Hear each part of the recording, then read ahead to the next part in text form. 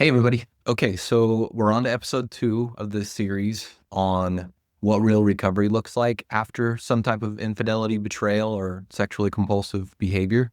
So the question I have for you, which continuation from last time, is real recovery. Is it about your action? Is it about your behavior?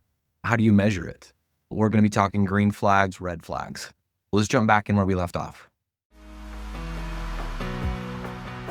Welcome to Beyond the Facade podcast. I'm your host, Luke Gordon, and I'm thrilled to have you join me in this space today. What we're going to be doing is diving deep into the trials and triumphs and truths of seeking authenticity. Becoming your true self isn't about a single action or moment. It's a relentless pursuit, a commitment to self that reveals the rich connection and meaning that our life has to offer. So whether this is your first time tuning in or you're a regular listener, know this: what you're building here goes beyond a conversation. You're here to challenge, to change, and to celebrate the incredible journey of becoming your authentic self. Because when you dare to show up fully, the rewards are immeasurable. So welcome to Beyond the Facade. Let's get started. So again, Alana's here with me, and grateful to have you here, Alana. We'll jump right into it. We decided to do red flags first, right, Alana? Is that what you said? Yeah. Modified? Yeah. Great. So this one's what we call boundaries and lifestyle shifts. What does real recovery look like? Let's talk about that red flag, expecting to keep the same lifestyle without any change. So I think what comes back for me is, I don't know why I just smiled with that. This thing I'm about to say is not funny at all, but I can think about just waiting for life to go back to normal. Like, Yes. when are we going to go back? And specifically thinking about the betraying partner to the betrayed partner. It's like, when is she going to stop being in pain? Because we need to get back to being able to enjoy life or whatever it is. Thoughts on that, Alana? You just nailed it. Yeah, that I see. Sometimes I see both partners do it. Sometimes it's the individual seeking recovery, that it's like, when can we be back to when we were having fun? Or when can we be back to when we were really connected? Or when could we get back to when we were liking each other? When can we get back to where it didn't feel so hard? If any of those resonate with you, like, yes. And we have to let the old relationship die, and we have to let go of the parts that weren't serving us. And so expecting to keep the same lifestyle and then just have change, it doesn't work. And so sometimes there's almost a mourning of letting go of who I was, or letting go of the relationship that we had, to be able to create something new and better. Grief, right? Grief is a part of that process. Oh, yeah. The loss of that old life, the loss of the relationship, and trying to hold on to it, right? Well, I just say for partners, sometimes it's really painful that when the individual seeking recovery is saying, can we go back to the way it was? As a betrayed partner, that can feel really invalidating, because a betrayed partner, what it was you were lying and hiding to me during that time. What it was is, I thought everything was okay. So sure, I was connecting with you and having fun with you, but it's because I didn't actually know the truth. So you wanting to go back to that, to a betrayed partner, can actually feel really threatening, Really threatening. that you want to go back to old patterns. And so even though, like, you're like, no, I don't want to go back to old patterns, it can feel really minimizing of the betrayed's pain. Yeah. Thank you for calling that out. I think that's really, really important. Okay, so next red flag is when there's rationalizing of like risky environments. Let's talk about some of those. Okay, let me give you both things: rationalizing risky environments or friendships/relationships. Okay, so moving into recovery, if that's what it really looks like, that person isn't negotiating with old risky behavior. And this could be so scary for the betrayed partner. I mean, Alana, you're the person that's supposed to talk to this, but I've just noticed that, like, no, now that I've gone through the pain, even though I'm going to put myself in the same situation, I'm not going to make the same mistake, right? Or that same relationship. I'm not going to change the context of that relationship. Yeah, I had a bad influence, but I can't leave that relationship. In fact, I just think about the environment not changing in those relationships and how scary that is, and just rationalizing those risky relationships. Sometimes I see the individual seeking recovery, this can feel really threatening to them. You want me to, I'm using their words, by the way, betrayed partners, this might be triggering to hear me say this, but this is what I hear. They'll say things like, you want me to lose everything. You want me to quit my job, or you want me to leave my family, or you want me to not have friends anymore. And that's not at all what we're saying, but we are saying to really look at with clarity and allowing yourself to see reality of what is helping you be the best version of you and what isn't. Look at that. And sometimes there are seasons where you do need to step back from certain people, places, or things while you are healing and finding yourself so that you can go back into those environments potentially or around people as a different person. And sometimes you may find you go back as a different person. Say you have a brother. You don't want to lose that relationship with your brother, but every time you're with him, you feel yourself pulled back into old patterns.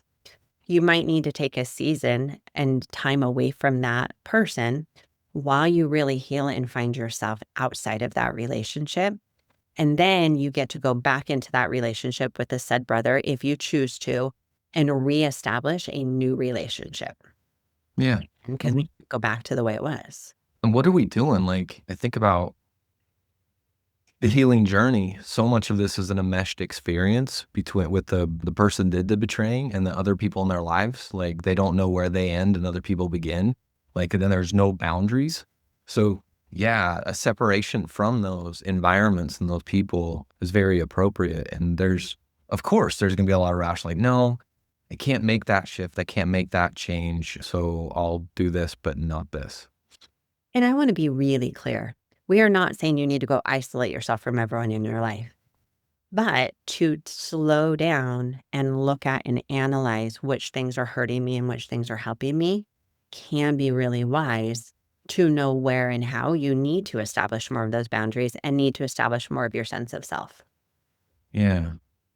I'm gonna clunk my way through this, Alana, but one's going through my mind is, yeah, and we're not saying like you need to quit your job or move into this, but the way in which we interact with those people, that will have to change.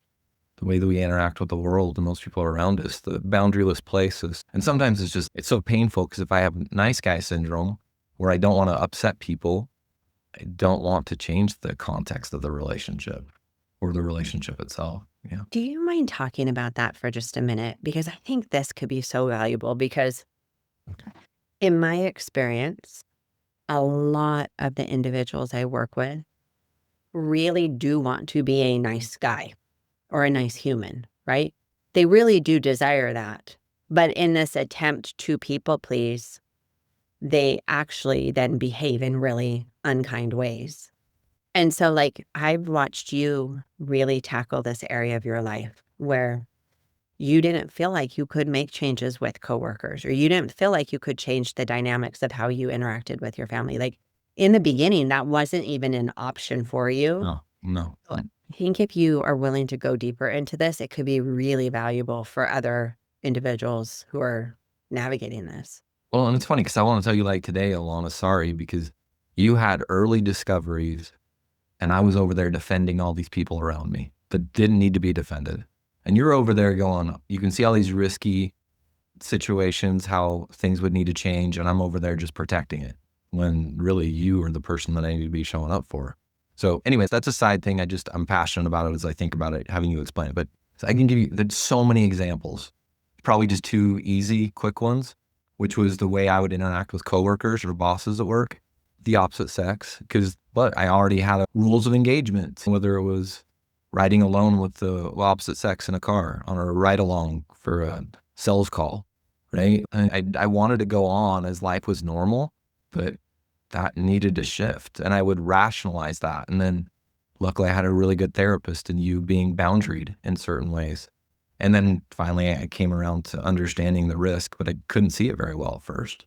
And then I could think about family, thought about family and love my family. I have an amazing family, but there's also a lot of me not feeling like I can be authentic and be myself, like a lot of people pleasing old patterns that needed to shift. And I wasn't going to be able to go into recovery unless I shifted some of those and remove myself from some enmeshed dynamics. And I think, I know this isn't what you're asking about, but you had a front row seat in a very painful place of watching that. I remember with your family specifically, Like, even when someone from your family would call, we could be in a fight and you're upset and hardly talking to me, and then the phone would ring and it's your dad, and it was, "Hi. Oh, I'm so good. How are you?" And it could just turn. It's like, what were you doing? Well, as a partner who's been betrayed, my brain went, "Oh my gosh, look how much he's pretending. Look how fake he is. I'm not safe." So my brain went straight into those places.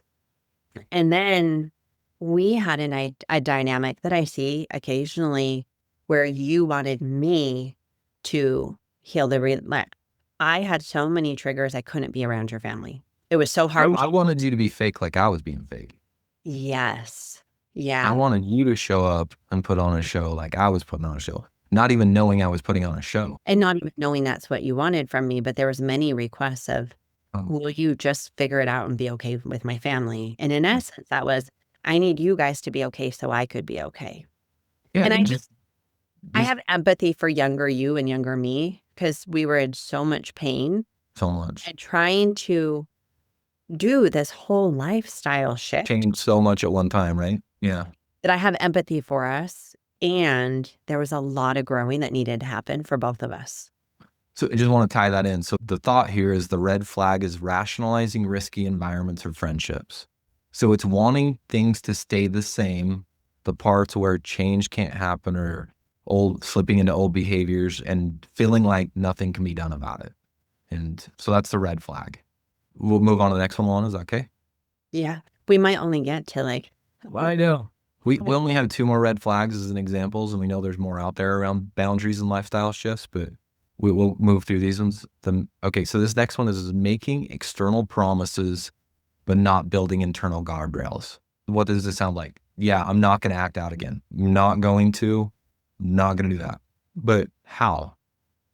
Like I couldn't articulate it, right? Can I articulate it? What do I have set up in my process inside of me and to be able to have new guardrails to not repeat that behavior?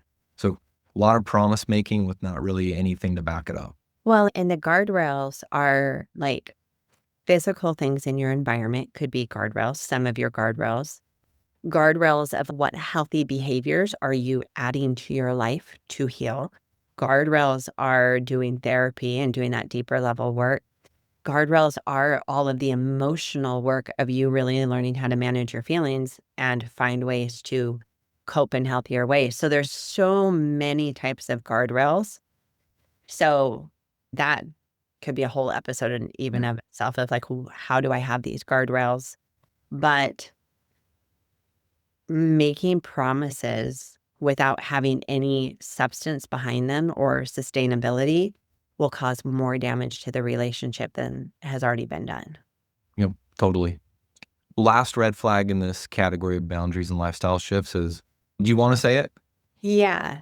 When it is more important to you to hold on to old patterns and be attached to those, when that's more important than the commitment to safety, that's a huge red flag. So what's an example? I think that's one right there where you were talking about with your work. We do working lunches, me and a coworker who I may be attracted to or be of the opposite sex. That's what we've always done, right? Old pattern. We've always had lunches together. Well, you haven't had boundaries at work, and coworkers actually have been part of your addiction and you're acting out behaviors.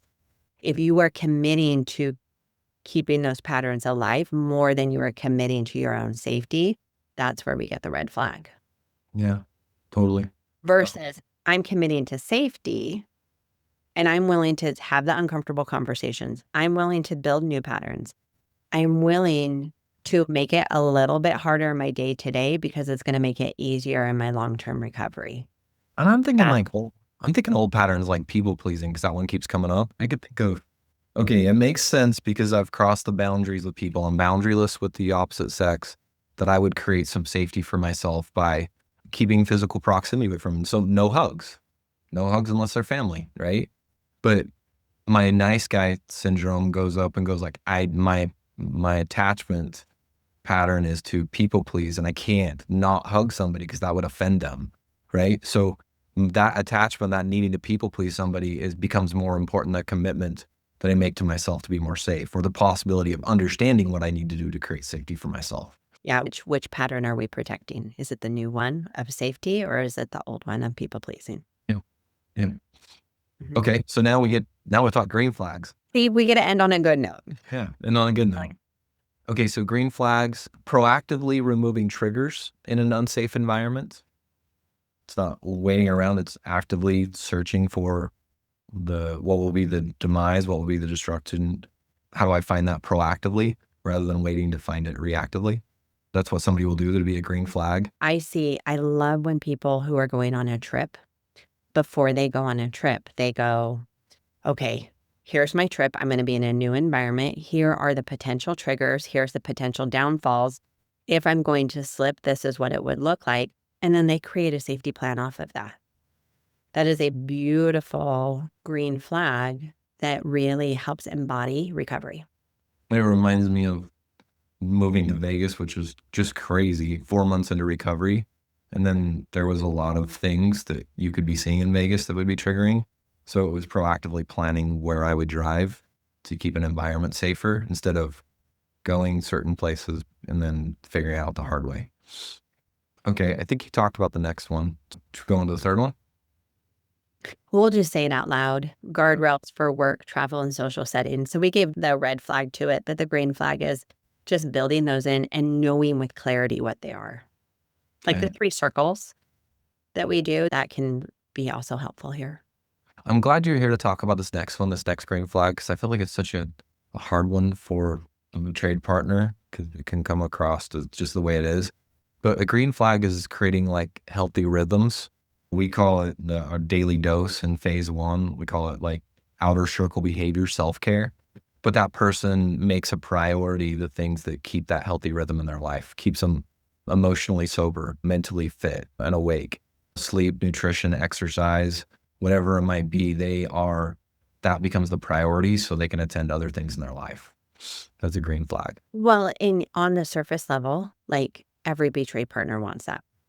They want to be with somebody who is healthy and has good habits and are doing healthy things.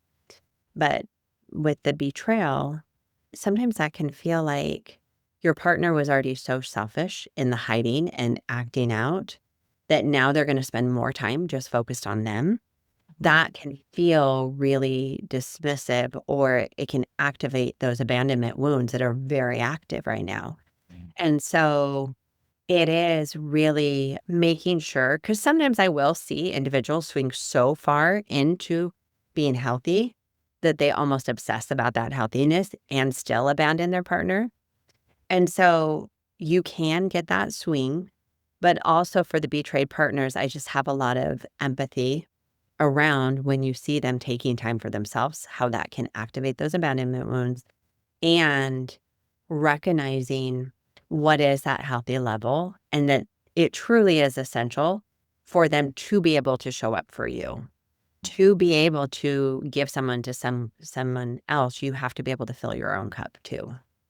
Yeah, and I think identifying that as a green flag of why do I have a healthy rhythm? Is it because I'm avoiding something? Or is it because I'm proactively chasing something that creates consistency for my body and for my mind and for my emotional space compared to I'm doing it so I avoid intimacy or whatever it might be. Yeah, great clarifier. We're going to take a quick break for a moment. I want to let you know of some things that we have coming up at Choose Recovery Services. If you've been through betrayal, you know it's more than heartbreak. It can shake your sense of safety, trust, and even your connection to yourself. That's why we created the Courage to Thrive Intensive, a 4-day betrayal trauma intensive happening October 14th through the 17th in Spanish Fork, Utah. In this safe and supportive space, you'll learn how betrayal impacts your body, discover ways to create safety within, gain tools to manage triggers, and set healthy boundaries. Through experiential activities, somatic interventions, and practical tools, you'll leave with hope, clarity, and the courage to step forward in your healing. Learn more at chooserecoveryservices.com/intensives or click the link in the show notes. Let's get back to our episode. So check this one out. Green flags, you go from looking at the word boundaries and it shifts from boundaries, those rules, those rigid rules, to now it's like a commitment. It's like it protects me. It's my values based. It's as I do it, and there's an intent behind it rather than it being a rule or a boundary that keeps me restricted. Now it provides freedom, and there you can see that shift. And that is often a shift, that it does start off, it's needed, and then there's like an acquired taste to it. This is actually what gives me freedom. This might go too off topic, so you can reroute me, but it makes me think about the road to recovery that you and Stephen recently did, and how boundaries got brought up and there was the word thrown out of consequences, and how people really got distracted with that word. And when we first talk about boundaries, sometimes we do focus on this, here's my boundary, here's a consequence. And it becomes very rules. And I'll just say, when I first tried to do boundaries, and I've said this on my podcast many times, but I always like this story now. when I first started my boundaries, my therapist was like, oh, honey, these aren't boundaries. He didn't call me honey. That was the energy. These aren't boundaries. Because it was basically all these rules. If you do this, then here's your punishment. If you do this, here's your punishment. And I had to shift my boundaries into, what are my values? And for me, how do I protect my own values? And these are mine, whether I'm married to Bob, Joe, Frank, or Luke. It doesn't matter. These are my values that I'm going to protect. And they're not rules. They're not rules that I'm giving my partner or my spouse. And so I had to shift. And then for you, you had to shift and figure out your own values and how you wanted to protect those. Absolutely. Absolutely. Okay, so that is the piece on that third category of boundaries and lifestyle changes, some green flags and red flags to be aware of. Now we're going to switch gears and we're going to talk about empathy and attunement. Okay, so let's go to the red flag stuff first. Okay, so what to notice, red flags with empathy and attunement, is responding, but it's with, what about me? So it's really about, empathy is given, but it's just that like hanging on and sharing, like, you got to acknowledge me. You got to see me in this experience. Yeah. Any thoughts on the whole? Yeah, that is one of the biggest red flags I see with where somebody is at in their healing work, when they're going, okay, well, if you get boundaries, then I get boundaries. Or, well, I'll do that only if you're doing this. Well, I'll only do my work if you do your work. And there's this constant comparison and this constant trying to equalize the playing field, in essence. Like, when I hear that, that to me as a professional is a huge red flag of where they're at relationally and in their own individual work. This one for me, Alana, I like that. It feels like it's just a focus on intent versus impact. If there's a person that's really focused on intent, like intent just had to be a part of the conversation if it's at the very end. But let me tell you what I actually meant to do, not what actually hurt you. That's what this feels like to me. But what about me? You know. The next one, red flags. This is the dismissing or the minimizing a partner's pain. Alana, why don't you speak first to this one if you wouldn't mind? That can sound like, are we always going to be here? When are you going to forgive me? When are we going to heal? And sometimes it can be said really cruelly, like, really, are we going to do this again? Sometimes it can sound like that. Other times it can be said really gently, but like, are you going to forgive me already? I really just want to move forward. Can you just please move on? Can we not focus on the past? Right? It can be said softly, but the message is still the same. You should be through your pain by now. Let's move forward. Let's bury this. Let's bury your pain. Instead of having empathy and addressing the open wound, it's kind of, let's cover that up and let's just not have your wound be there. Let's pretend that that's not there. Yeah. It does not work. It actually prolongs the partner's pain. One thing, Alana, that I think about a lot lately is we do so much at Choose Recovery Services psychoeducation on betrayal trauma and what is it and what is it about. Sometimes it scares me. I don't know if scared is the right word, but it's not dismissing that it's a trauma response, that's the pain. Not that it's just a trauma response, but it's that just not an acknowledgement of real valid pain. Does that make sense, Alana? Yeah. No, it does. And it is really valid pain. There's not even words really to describe the pain. But what I can say is I have heard multiple individuals say, I wouldn't wish this on my worst enemy. I didn't know physically I could hurt so bad when I was dealing with something emotionally. I've heard people say, I feel like I'm dying. I've heard people say things like, I don't know how to think, like you can't think straight. I can't think, I can't function. It's physically painful, it's emotionally painful, it's heart-wrenching. And again, like these words don't even there's not words that can grasp the depth of what a partner truly experiences going through this. Yeah. So when that's dismissed, it can cause a lot of harm today, active harm today, that again hinders their healing and hinders the relationship's healing.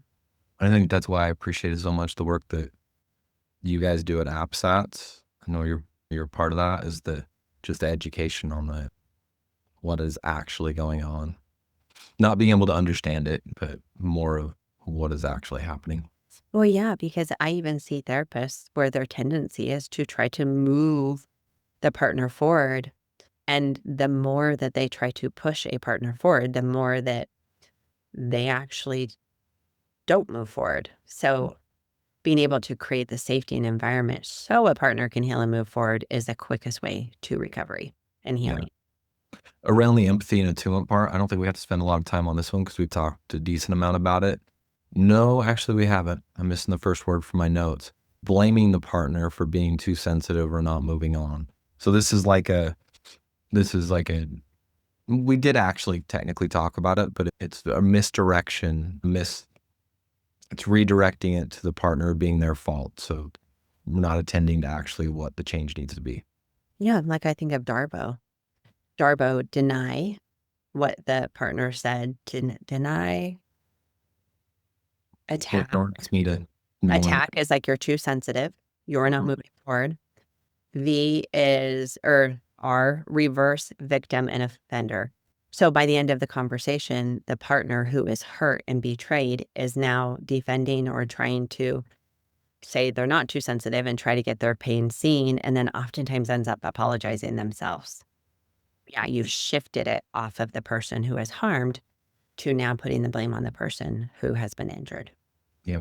The last red flag that we'll touch on is there's a revealing of the defensiveness and the self-protection over relational safety. So it becomes more about taking care of yourself than ultimately stopping and thinking about the partner and the relationship itself. Yeah. And this, I think, is just where our individual work is so essential, because you cannot talk yourself or anyone else out of their protectors.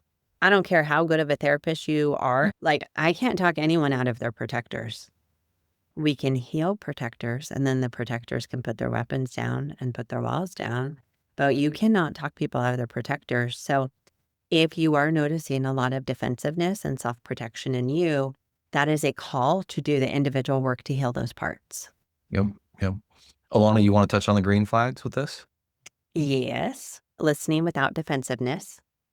And that can be a skill that you learn and practice. This is why I really like groups, because groups is you can have a place to practice this where your defenses aren't as high, and you can start learning this skill and you can practice them in places so that you can then use that skill and practice it later with your spouse or partner. Yeah. And then the next one is, I mean, this one's kind of obvious. It's the opposite of the red flag, is learning how to validate your partner's pain, even when it's uncomfortable. So validating their pain does activate your own shame. It does activate the remorse or guilt or hard feelings you have about even making those choices. But it's allowing yourself to sit in that discomfort, and you're putting their pain and seeing them above your own uncomfortability. And can we just simplify it and make it, call it what it is? When we validate our partner's pain, we acknowledge that our past is impacting them today in this moment. Interviewed. I don't do that, I forgot. Like I've lost connection with what actually got us here. And by the way, this for me really only comes to my ability to my ability to be able to be curious about my partner's experience. Because guess what? I'm going through life. I'm 100 miles an hour, and then I know stop, turn and look, and my partner's in pain. That means again, going back to the relational safety over like defensiveness. Then I go, okay, wait, hold on. She's in pain. Now, curiosity is where I'm going. Because if I can do curiosity right, not going to be a problem for me to validate my partner's pain. Well, yeah, and that curiosity shows a level of attunement.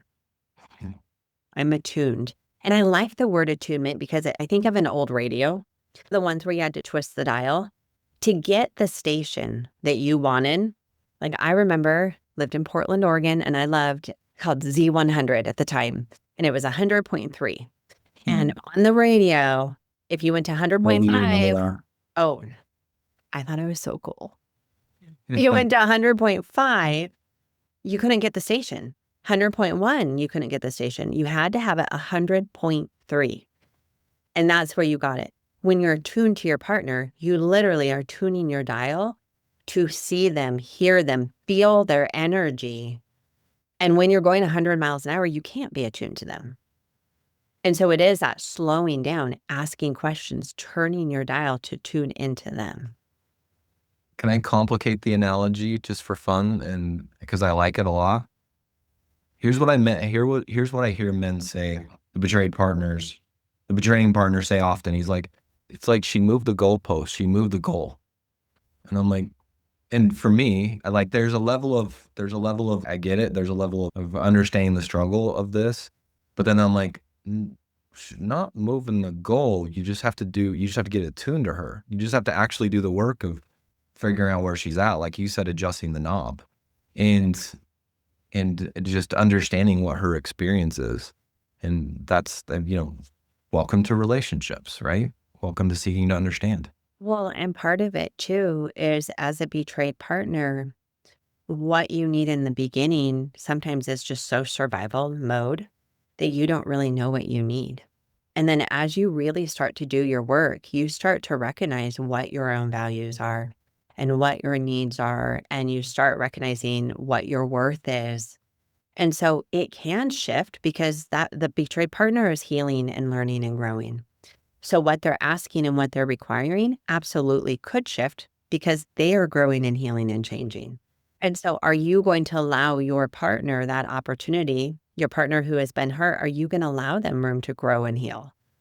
And part of that growing and healing may mean that what they're looking for from you does shift and change, and that's good because it means that they're healing. It's I'm good. just gonna play. I'm gonna play like I don't know what the heck you're talking about right now. It might not feel good. It might not feel good, but it means that they're healing. And it means that your relationship has the opportunity to level up if you so choose. Yeah, I'm just thinking about the partner. The betraying partner says I feel like she's changing. They are changing what they want, and I hear you saying it's not bad. That's not bad because there is an evolution to recovery. Attunement is what we're looking for. The getting curious. The why is that? What is different? Or is it even different? Or am I just hearing it different? Go with the curious mindset. Yeah. The last one, moving from intellectual or cognitive empathy into heartfelt connection. That's easy. I wish it was. I really wish this was. Yeah. I wish, because a lot of times partners need and want empathy right away. But in my experience, more often than not, when I'm working with an individual who's seeking recovery, they don't have empathy for themselves. They never have. And I'm saying like true empathy, right?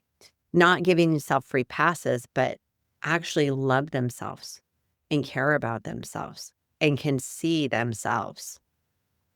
And so, Can I demonstrate? yeah. Okay. Alana, so you're mad because I didn't come home from work like I said I would. Is like intellectual empathy. So that makes you, that's frustrating, right? Versus, Alana, what is it like for me to Again, not show up from work when you thought I would, not make a phone call. Okay, I'm going to speak out of both sides of my mouth, okay? Right. Like, on one hand, that second when you said it, I was like, "Oh, yeah, okay, that actually was better." I noticed that, right? But to actually have this deeper level of empathy, this attunement, a lot of it is energetic. And so this can be really abstract for people because you can say the exact right words. Like, you give that example, right? One set of words sounded better than the other. It did. But if you say that extra set of words because you heard it on the podcast, if your nervous system isn't believing it and it's not embraced in truth, and you aren't being open and vulnerable and connecting with me, my nervous system is going to feel that misalignment. When you are actually embodying empathy, it can be felt at a heartfelt level. It can be felt in my nervous system.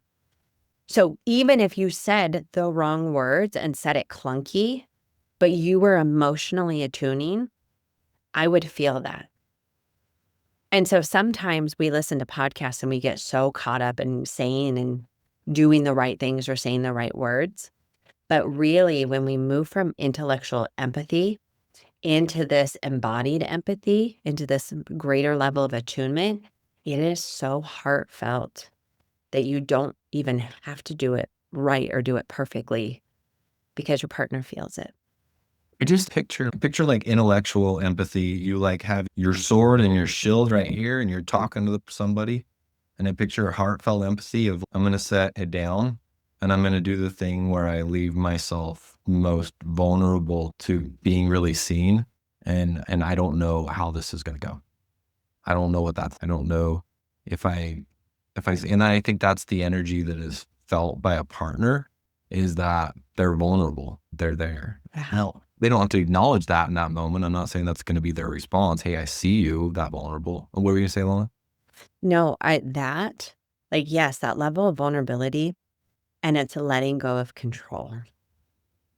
And it's interesting because the way I see humans hold on to control because control feels safe. And it doesn't mean you're controlling the other person per se, but you're trying to hold on control in your life.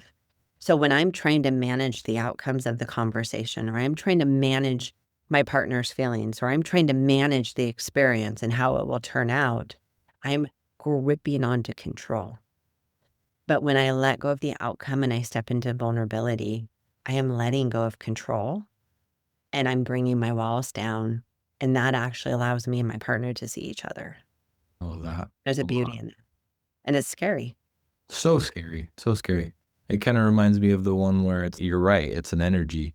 One of the connecting experiences that I've heard people say is when the betraying partner says,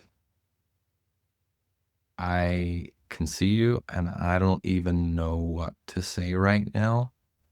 Just that sense of this is important. I want to connect with you and I'm at a loss.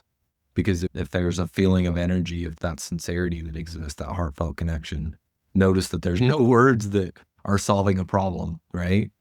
I don't know. I remember one time you saying to me, and again, it wasn't the words, it was the energy at which you said it, but you sat there for a minute, almost like in awe, and you went, I don't think I'm ever going to actually grasp how badly this has hurt you. Like, I thought that I could, but I don't think I actually will ever truly know or feel how bad this hurt you. And energy at which you had around that was like this equal, oh shit, and deep remorse and like awe of like how big it was. And in that moment, I felt very seen in my pain. And it made me sad that you would never really understand it to the depth I felt it, but you understanding how big it was, and because of how big it was, you couldn't. And all of the energy you had around that was actually really healing. But you couldn't fake that. If you tried to say that and just say the words and it wasn't that embodied experience, I would have felt that from a mile away and I would have just shut that down.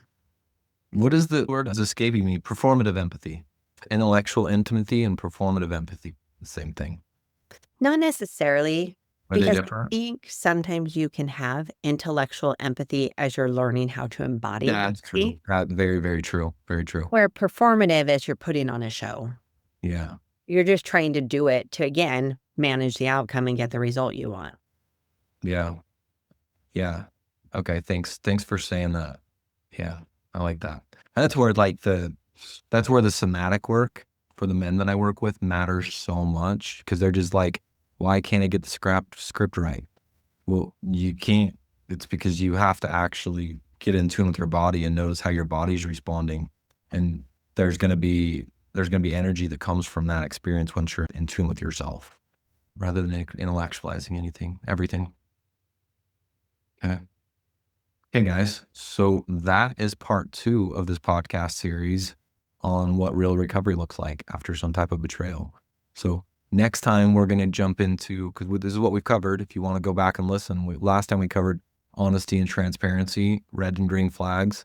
Then we went through sobriety and accountability, red and green flags. Next time we will come to authenticity and then consistent connection. We might finish it out with growth orientation being the last one. So we'll see how it goes. There's a good chance next time we might only get through authenticity. I know. And I just say that because authenticity is that important, and a lot of people don't actually know how to access it. So that'll be a good conversation.